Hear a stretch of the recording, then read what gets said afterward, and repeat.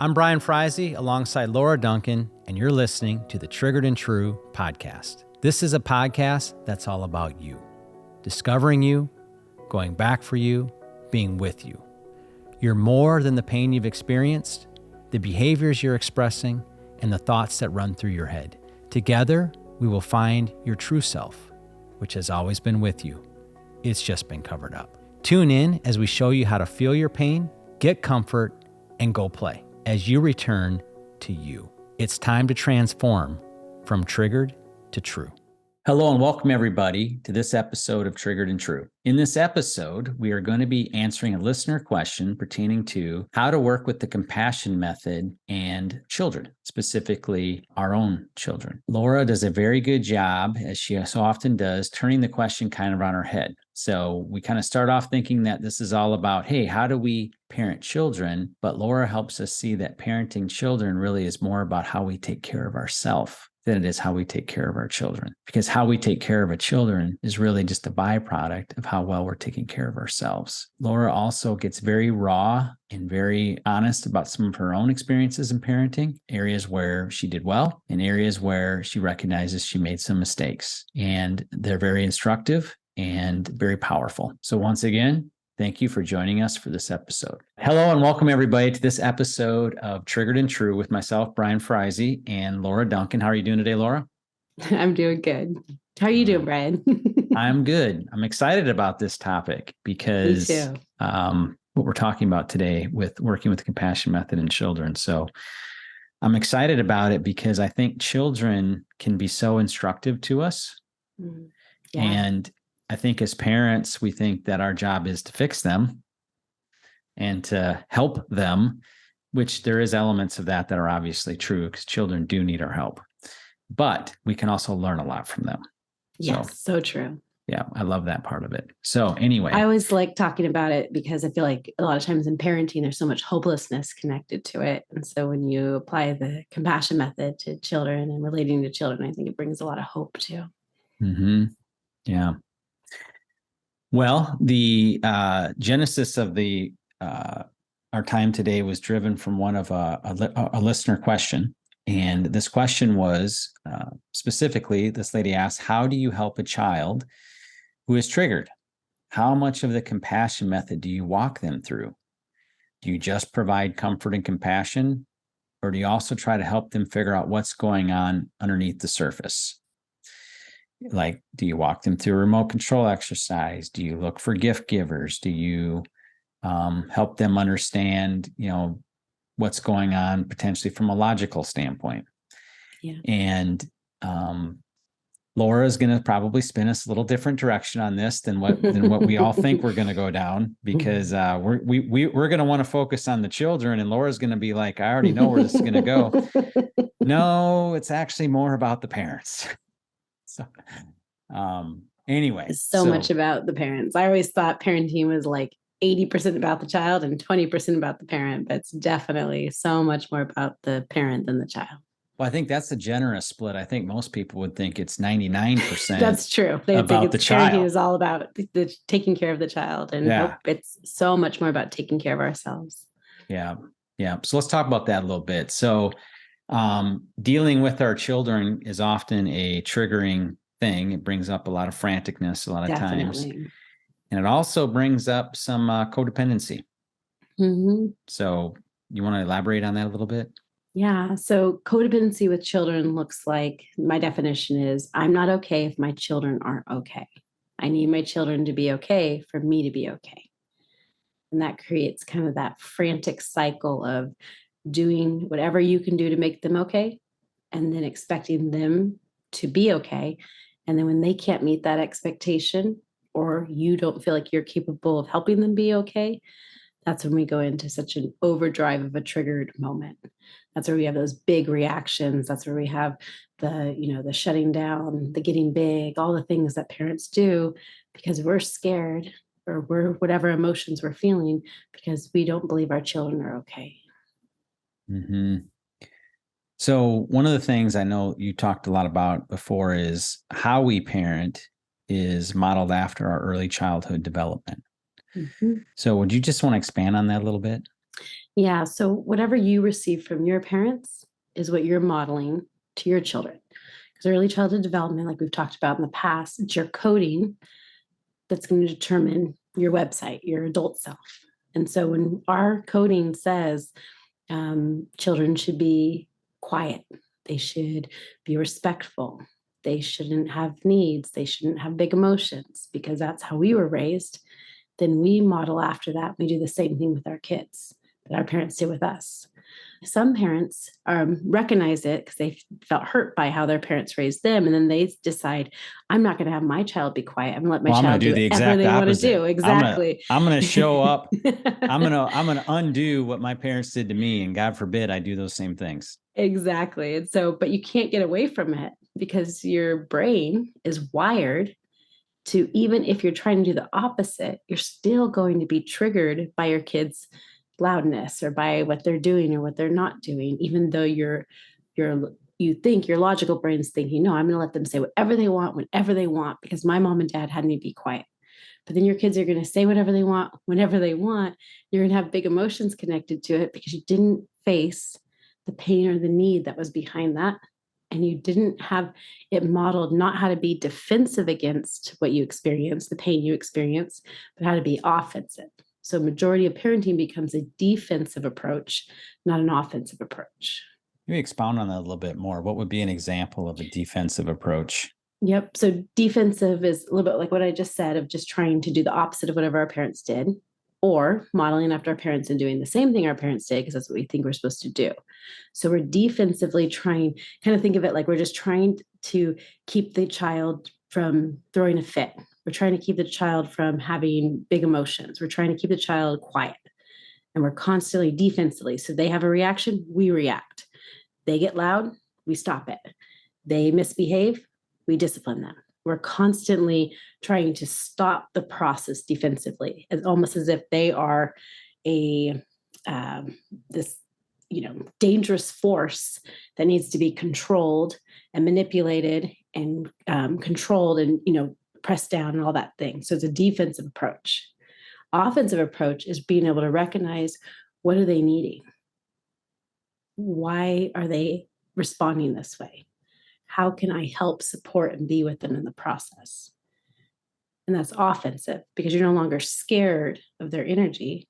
Mm-hmm. Now you want to actually take care of them and nurture them, not because you're just trying to get them to stop. If we can nurture them, then they'll stop.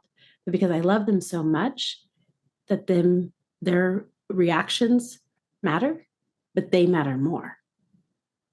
And we genuinely feel that, not just because we're trying to do that because that's a good parenting thing to do, but I'm so taken care of within myself that I can see them for who they are, not for what they're doing. Most parents have an emotional attachment to what their child's doing or not doing.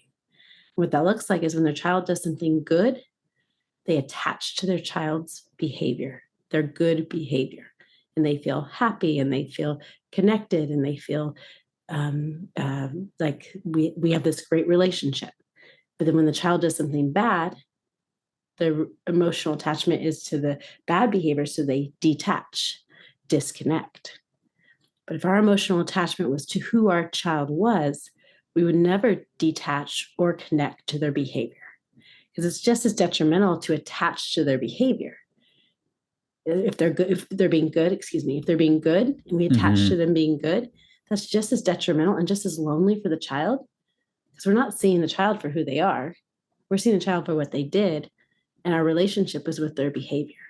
It's kind of the shame high concept. Mm-hmm. And you can feel great as a parent and your child is acting great. And you're like, we're having a good moment. But that doesn't mean you're with your child. That just means you're with the good behavior. Yeah. And then the second they have bad behavior, the shame as a parent. Yep. I mean, and we've how all fast seen that. We've seen that in the grocery store line. Yeah, like it starts out good. The shame on the parents, like, yeah, exactly. Oh my God, my kid's acting like this. People must think I'm this. It happens so quick too. And that's a good indicator if your emotional attachment is to behavior versus person. If your attachment is to who the child is, the fruit of it is patience, seeking to understand, curiosity. Well, and wisdom. You're going to approach the wisdom. You're going to approach them in that way. But if my emotional attachment is behavior, I'm going to be as Frantic. temperamental as their behavior and as frantic as their behavior. When they're happy, I'm happy. When they're throwing a fit, I'm mad. And then when they're good again, I'm happy. That is not a stable, secure source of love. It's a temperamental source of love based on behavior. And we want to be able to be that anchor for our children that says, no matter what you do, I will stay with you.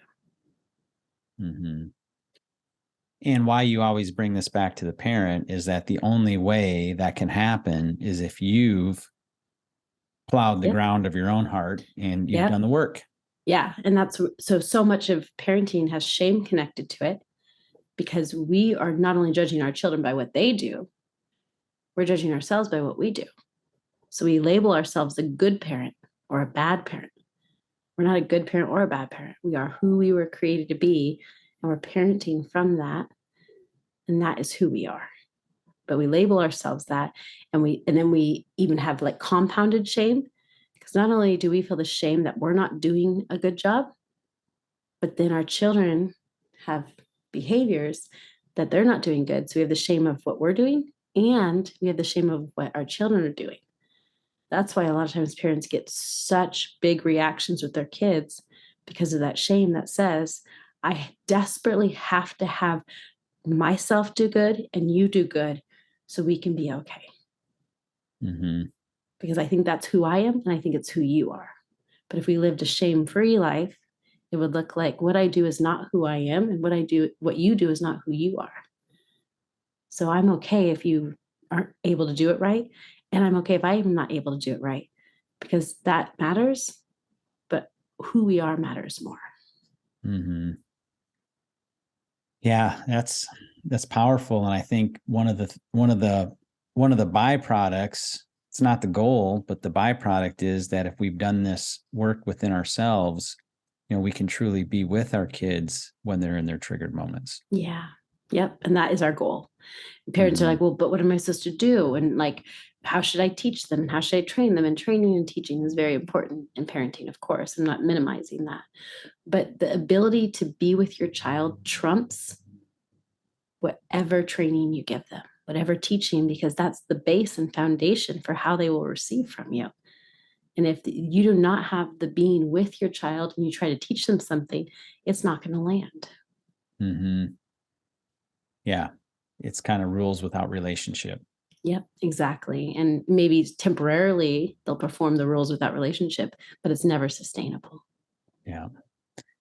Relationship is where it's at. So, I mean, one of the things, you even see this in your practice. So in your private practice, you primarily always work with adults, but you really kind of go out of your way not to work with kids, correct? Mm-hmm. Yeah, because I can work with a child. And if I do work with children, and this kind of relates to the listener question too.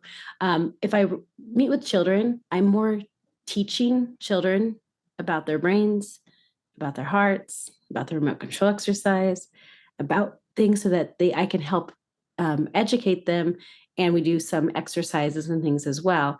But I'm not so much going back to their trauma and their pain, because what happens is if I go back to those places and then I send them home, and without education, they don't understand how to process, and I just help them work through their issues, and then they go home, they're going to repeat the same cycles with their parents, because the child, not that their behavior doesn't need to be addressed and that their hearts don't need to be taken care of, but that wasn't the origin of the problem.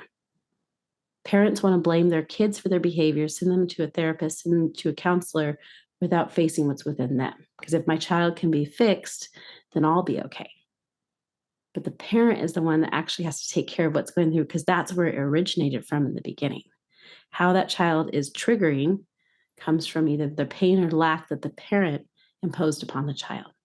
So the parent has to take care of their triggers and what caused them to hurt or withhold from that child. And if the child doesn't get that from the parent, doesn't matter how often the child gets it, the parent is the one that actually needs to be able to take care of themselves to give what is needed. That really brings it back full circle to what we said at the very beginning. How we parent is modeled after our early childhood development. Exactly. So if So really kind of what you're saying here is there's an element of this that I think we all know intuitively that it's true, but you're kind of saying that when your kid is in a triggered state or misbehaving, it has a lot to do with oftentimes the parent more so Yes. than the kid. Yep, exactly. And I would say that a lot of people could hear that and be like, now, wait a second.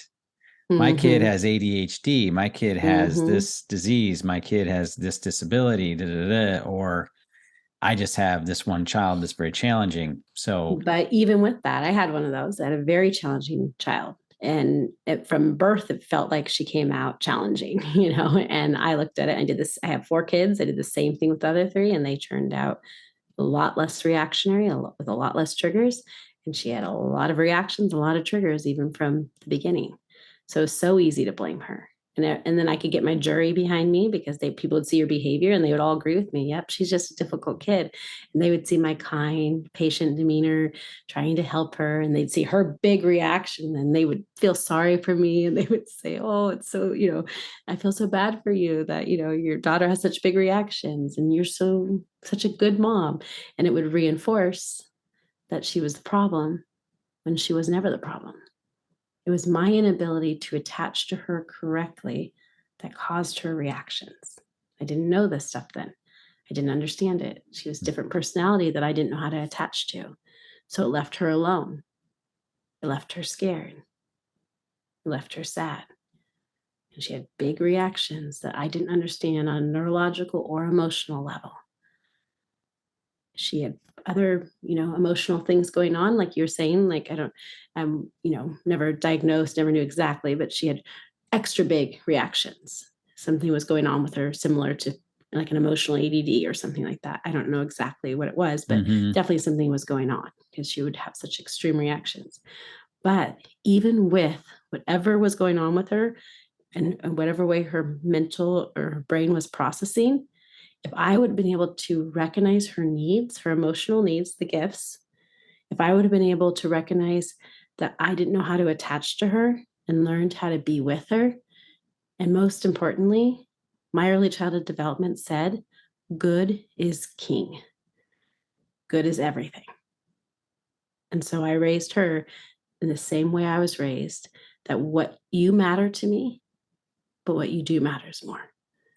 And she reinforced that every day from birth, that I loved her, but what she did mattered more. And I reinforced that in her every day. And I didn't know I was doing it. I thought I was actually trying to raise a good kid. I didn't want her to scream like that when she was 15 years old and not have any friends and just, have a terrible life because she didn't know how to control herself. So I came in even hotter. I'm going to discipline you even more. I'm going to be even stricter with you because I don't want you to behave like this. Unknowingly, not attaching and connecting to her the way she needed to, compounded a very real mental condition. So if your child has ADHD, if your child has other issues, it is still a lack of attachment, pain that hasn't been taken care of, or emotional needs that haven't been met that is compounding whatever issue that they are going through. I would like you to say that one part again. It was you said my inability to attach to her. So my inability to attach to her because she was from the beginning a more reactionary baby. She cried more. She didn't sleep as good. She didn't do the things that I thought she was supposed to do. So I looked at that as bad behavior, even from a young child. And it didn't necessarily mean I was disciplining her as a baby, but my affection was not towards her. My tenderness was not towards her, especially when she was misbehaving. I was able to do it more when she wasn't, but she needed me to be with her in her reaction.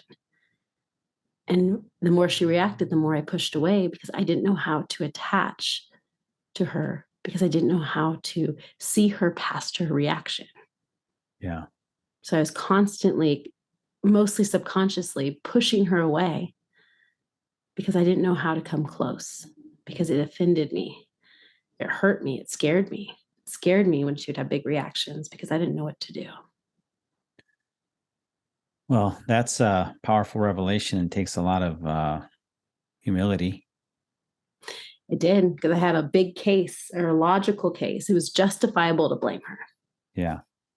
But at the end of the day, I'm honored to have this revelation because it allows me to love her in a way that I couldn't love her. Even when she was going through, I didn't get this until she was more in her teenage years, and she wasn't able to receive anything that I was getting. So you're going to hear this as listeners, and you're going to be like, okay, I want to apply this. Okay, I'm ready. I'm ready to give my kids everything I couldn't give. And if they're in sometimes older ages, sometimes even before 12 years old, but sometimes they've already started to protect their hearts. She'd already started to protect her heart because I didn't attach to her and give her the needs she needed and be able to be with her in her reactions.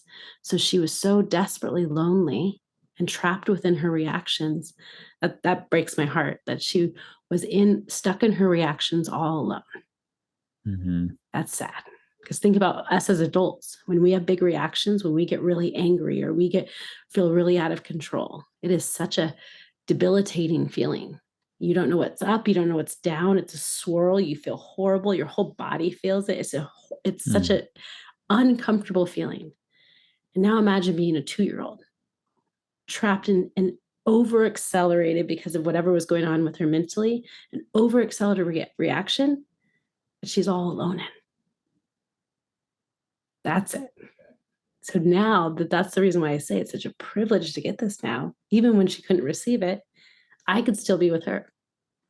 So one of my biggest epiphanies, one of my biggest moments with the compassion method personally was working through it in myself enough that as a 15-year-old, she could be screaming in my face and I was with her. And I was with her. And I was with her. It actually, the first time it happened, she actually completely stopped, which she had never done before, no matter how much threatening and disciplining and all the things you do as parents to get your child to stop yelling at you. No matter what I do, she would never stop. She'd actually get worse because she'd get more and more frantic because we were starting our system of me pulling away from her and leaving her alone. So her screaming at me is really saying, don't leave me. And she aggressively comes against me because I'm leaving her in that moment. But when I was actually able to stay with her, and it was such an amazing experience because her behavior, I hate you, you're the worst, all the things. And I felt this compassion for her. I was moved with compassion for her. I could feel her and see her. She looked like a 5-year-old little girl to me. And I was like, oh, baby. And she felt it. And she stopped. And she's just like, I just didn't want you to pick me up early. And I was like, whoa, that was wild. But she was able to come out of the trigger because she felt the substance of me being with her. And so it's never too late to connect to your kids. And it's not shame. So shame keeps us from actually truly connecting with our kids because we feel so guilty and so bad and so wrong. And we're such a bad parent because I wasn't with my daughter. No. Yes, I made mistakes. Yes, all that's true. But the privilege is I get to now be with her. And that is the highest honor, especially after recognizing how I had left her in it. Oh, absolutely. I think of my experience with my oldest, and there's lots of similarity, but I apologized to her for this later on. She's in her mid-20s now, but I said, when you were in your teenage years, rebelling and doing what you were doing, I said, most of my discipline and all of my attempts to whatever came from, I was scared. Yeah. I was scared. Her behavior was scaring me, and I needed her to stop that so that I could be okay. Yes. Yeah. It's terrifying. And now that I know this process and I can go back and, review what happened, that's exactly what was going on. That's exactly what's happening. And it's so powerful to share that with your kids because they see you as the villain and you see them as the villain, but you're just two scared 5-year-olds that didn't know what to do. Yeah. Well, with your inability to attach, that stems from an inability to attach to yourself. Definitely. And that comes from my early childhood development that my parents' emotional attachment was to my behavior. my mom was raised in an environment that was chaotic and out of control, and there was no rules. It wasn't religious. There was no boundaries. So she purposed when she became a mom that she was going to raise her kids in Christianity and with rules and be strict and raise her kids the way that she didn't get raised. So she did an amazing job, but she was so terrified of evil, so terrified of chaos, that she would come in strong to get us to be good because she was terrified that we would be like her family was. Yeah. And so we could feel the intensity behind it. It felt more life or death because she was feeling the life or death when she told us not to do something.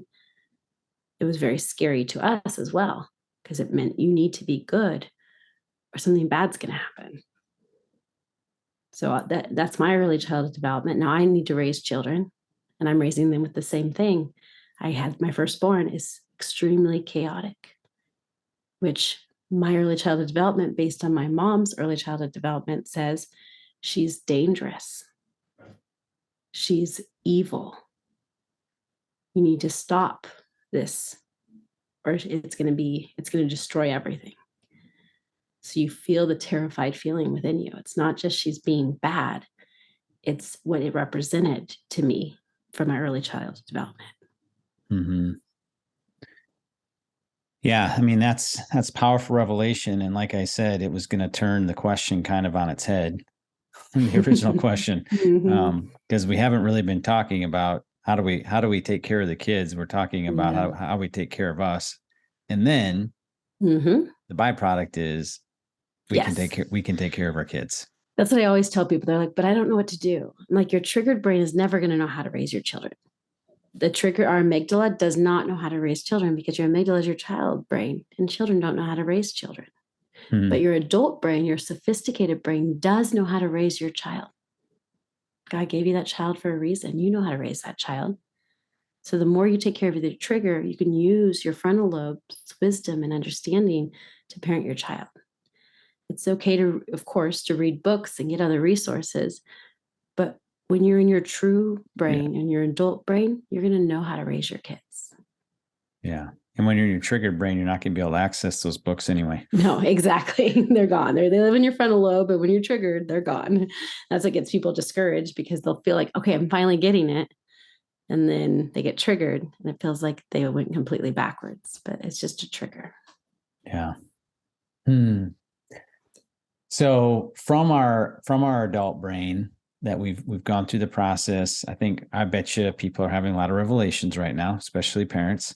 But even if you're not a parent, I mean, this is so any applicable because with children. Yeah, any interaction with children, but everyone listening knows parents. Exactly. Yeah. And you've seen their struggles and you've talked to them and even how your parents raised you. It helps you when you can recognize triggers as well. Everyone listening is part of a family. Yeah, exactly. Whether that family is connected, whether that family got disconnected at a young age, there's so much pain and unmet need from that. And what we're talking about is how to get that pain and unmet need met. Yes, exactly. Yeah, and comforted. So from our adult brain, when you are talking to your children, yes. So thinking about this, you talked about with the kids, you try to teach them a little bit. Obviously, you would probably share with them a little bit differently than you would an adult. Yeah. How would you suggest, like going back to her question, let's say the lady has, and the reality is a lot of times, I think if you take care of yourself, if you see where your trigger's coming from, it kind of answers the question. Because like you said, you already know, it's like, oh yeah, okay, now that I see what's going on, maybe my approach to my child should be this. Yes, exactly. Your instincts as a parent are actually stronger than you realize. And when you're in your true brain, you're able to act on those instincts of, oh, the child needs some more time, or the child needs some space, or the child needs different things. Usually from that place, we're able to see more clearly. But on a practical level of how I would work with kids is assuming that we've taken care of ourselves and now we're in our adult brain and now we want to start to teach our kids how to respond. Number one, it's nearly impossible for your child to receive your teaching in a moment of trigger. So that's not the time to do it. This is something you want to teach them when they're not in a triggered state, so that they can know what to do when they are in a triggered state. That's the offensive part of this. Exactly. This is the training part that prepares them for the moment of conflict or the moment of trigger. So don't try to, everyone tries to do that in the moment of trigger. Like that's the big teaching moment. And I'm like, their brains are gone. Like they can't hear you. Your brain, the peanuts, wah, wah, wah, wah, wah, wah, like nothing's getting in. You're wasting your time. It's reinforcing your frustration, reinforcing your belief system. They just don't care. They don't listen. They can't do this. They're not capable. All that stuff's being reinforced. Not a good time. You want to teach them separately how their brains work. What is a trigger? You can teach them everything you're learning about the compassion method. Children are more in tune with the compassion method in a lot of ways than adults are, because they're more connected to their feelings, which is the basis of the compassion method. So they actually are already feeling things. They just don't have names for it. So when you say, when you have a big emotion and you feel so out of control and it feels so X, Y, or Z, they're like, yeah, I know. That is your triggered brain. You're reacting. And when you start to show them that, they go, oh, there's nothing wrong with me. I'm having a reaction. That's huge for kids, because one of the biggest interpretations they get from having an emotional attachment to their behaviors is that they are not enough, that there's something wrong with them. Because most children want to be connected to their parent. They want to do what their parent is telling them to do, but they can't because they're reacting. They're in a trigger. But when they recognize, I'm just triggered, I'm not a bad kid. That's a huge revelation for kids. Very empowering. Very empowering. It was empowering for me. It is. No, exactly. It was empowering for me. I didn't know what that was. I was like, what just happened? And you keep moving on in life. You don't know what happened to you. Understanding knowledge brings a level of peace. So education, a good reference or a good something that you can read that I think is great for children 0 to 12 or any children is The Whole Brain Child by Daniel Siegel.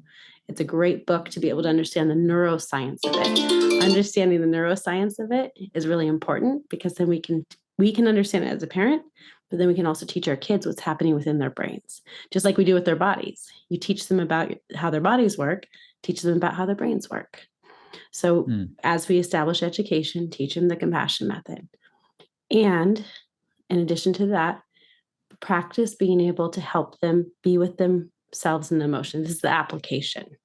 So instead of trying to fix it, we want to practice, if we're not triggered, we want to practice being with them, feeling what they feel, helping them feel safe to feel what they feel.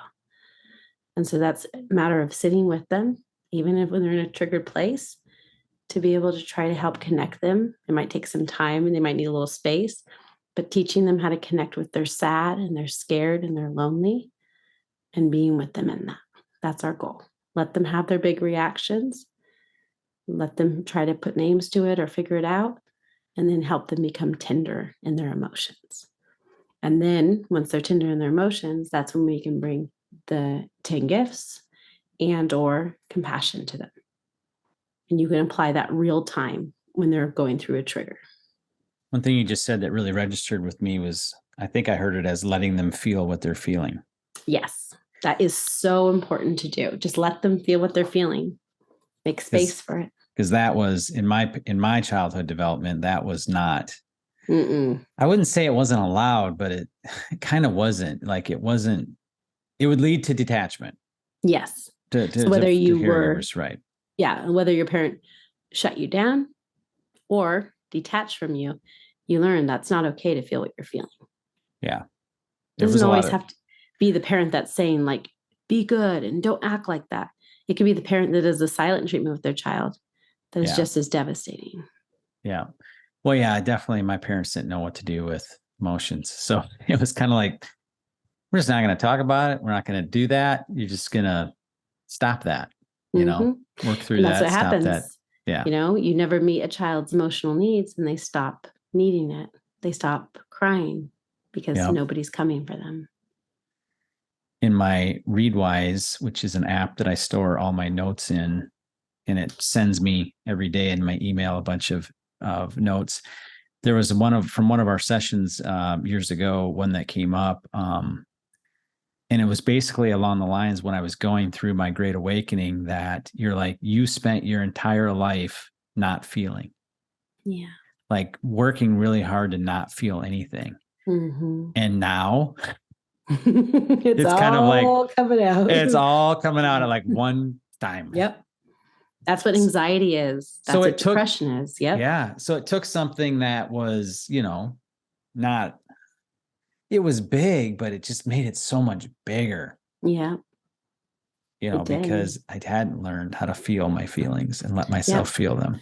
So that's what a lot of adults are doing today, just like you're talking about. They're feeling depression, anxiety, having panic attacks because this is suppressed emotion that you're never able to feel coming out. Let your feelings guide you. And that's kind of what the remote control exercise is designed to do, is let your feelings guide you down a path and lead you, because we've talked a lot about this, like our feelings aren't always logical. And because our feelings aren't logical, they get dismissed. Like, yes, you shouldn't be scared. It's only whatever you're scared of. It's only heights. It's only a small elevator, whatever you're scared of, so don't feel it. So because they're not always, but what they are 100% accurate to do is to tell you what's going on inside your heart. Exactly. And we always say like kids have no filter and they say whatever they think. And we, like, we're like, well, kids have like that thing. Well, so that's how children think. And that's actually a good thing.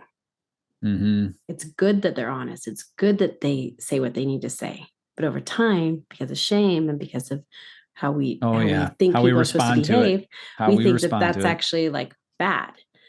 One thing for parents to pay attention to, you have a sophisticated frontal lobe that your children do not have. They don't think like you.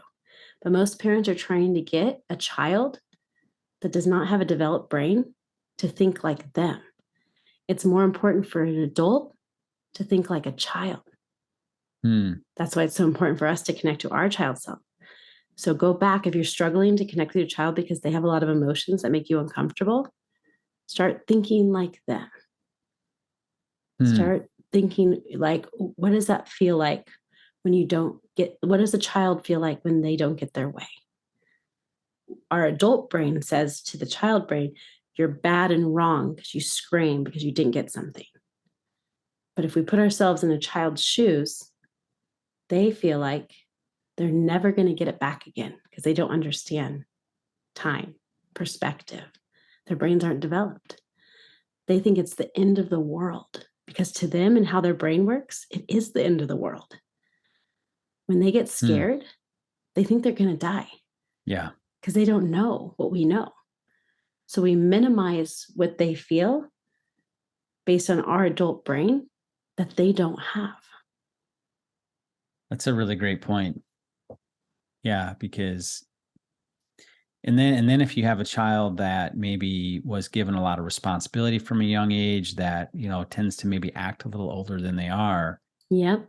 You realize that they literally are not dealing with the full deck, even though it looks like they've got it all together. They're performing very well, but they're probably frantic underneath because their brain doesn't work. They're just mimicking. That's what kids do. They mimic their parents. So they're mimicking cleaning up the house and mimicking being quiet, mimicking being adults. But they're not adults, being responsible. But their brain is not developed enough. And that's the over responsibility creates a hypervigilance that creates a panic and anxiety. Most good kids when they were little are very anxious kids because they were expected to do things that they didn't have a brain to support. That's so difficult to go through the motions doing the right thing without a brain that understands what's happening. Especially if you have the high stakes of, if I do this, I'm loved. And if I don't do this, I'm not loved. But my brain doesn't even understand why I'm even doing this. And I don't know what's going on within me, but I'll just keep doing it because this is what I'm supposed to do. I think there's about 5 million bunny trails we could go down from this podcast. And it's like, you just threw out another one. And I'm like, most good kids, because they were given responsibility, before their brain, too much responsibility before their Yes. brain was capable of really managing that level of Yes. responsibility. Yeah. 0 to 12 years old, a child should never be taking care of any other human, especially their parent. And that's where, when I talked about codependency in the beginning, parents are ultimately expecting their parent to take care of them by being good. But they can take care of their pets, right? You're like, can they do that? Can they clean their room? 12 years. Yeah. They can start to obviously have responsibility and learn, Yes. but the responsibility of another human should never be placed on a child. In big families, that happens a lot. It definitely happens. Yep. I hope everyone that's listening, that you'd hear this without shame, that you could hear this as, I didn't get what I needed, but I'm learning through this podcast and through other ways in life to get what I need. And when I'm full, I'm going to be able to give my kids what they need. And it really removes the good and bad from it. And it just says, I want to be as full as I can be to be able to fill my kids up as full as they can be. Mm-hmm. Well, and what I tell myself a lot, and I was just reminded of this the other day, because there was a really, really, really big and significant decision I made with my children when they were young that, it looks right. I could create a case, before a jury and show you why it was the right decision. But yet at the same time, I don't know that it was the right decision. And I have to remind myself that, because I was triggered when I did it, I was scared. Mm-hmm. Yeah. So I was trying to do this because I was trying to protect them. I thought it was the right thing. And it was probably more selfish, more about me than it was about them. It was more about my being scared. But at the same time, whether it was right or wrong, I can get hung up on that. But what I do know is that I was doing the best I could. Yeah. With what I knew. Exactly. I was doing the best I could at the time with what I knew. Would I do it differently today? Would I process it differently? Would I approach it differently? 1,000%. Yeah. But, 20 years ago, that's where I was at. Yep. And it's never too late. Your kids have neuroplasticity in their brain just as much as we do, that you can go back to the places that we didn't give our kids what they needed, or we made those rules, or we did those things, and you can go back and give to them what they always needed. Mm-hmm. Well, I think that's a great thing to leave our listeners with today is, to not look at any of this with shame, because that will be a natural triggered response, but to look at it from the standpoint of, well, made mistakes. Laura, even Laura, I made mistakes. Made mistakes. Yeah. And she talked about that today and was very honest and open about that, and really appreciate that. Because I think a lot of times, people would have a tendency to think that someone like Laura is perfect, and she never would have made those mistakes with her kids. Definitely do. I still do. I still get triggered. So but I know what to do with it. And that's what we're learning. But we're all doing the best we can with what we know. Exactly. And also, one last thing, don't try to do this better. Don't be like, okay, I've heard this podcast. Now I'm going to try to be a better parent and I can do all these 10 things. If you're done listening to this podcast and something stood out to you, sit with yourself a little bit. Recognize the pain, recognize the needs, recognize what's going on within you, and start that journey. Don't try to be better, but try to instead be more connected to yourself.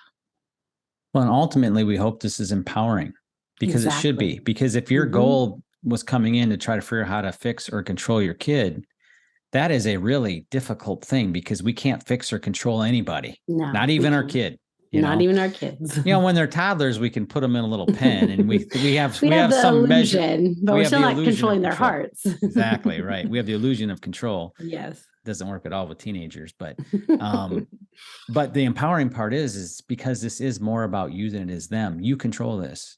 You control how much you want to take care of your heart. Yes. You control how much you want to pursue healing and getting your needs met. You control that. It's all you. It's very empowering, because now it's not up to how your child is or isn't. It's up to you and what you can do to take care of you that will then directly affect your parenting. Absolutely. Well, thank you, Laura. And thank you for being raw and open and, so forthcoming with sharing all of that. So thank you. Yeah.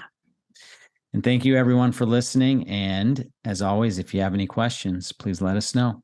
Thank you again for joining us for this episode of Triggered and True. We hope that you enjoyed it. As a reminder, if you would like to ask a question, go to triggeredandtrue.com, scroll down to the bottom of the page, and click Ask. And if you would like to learn more about the Compassion Method, be sure to check out the Compassion Method Master Course, which can be purchased at compassionmethod.net. And as a podcast listener, you qualify for a $50 discount, which can be obtained by typing in the coupon code podcast50. Again, that's compassionmethod.net, coupon code podcast50. Thank you again. Goodbye.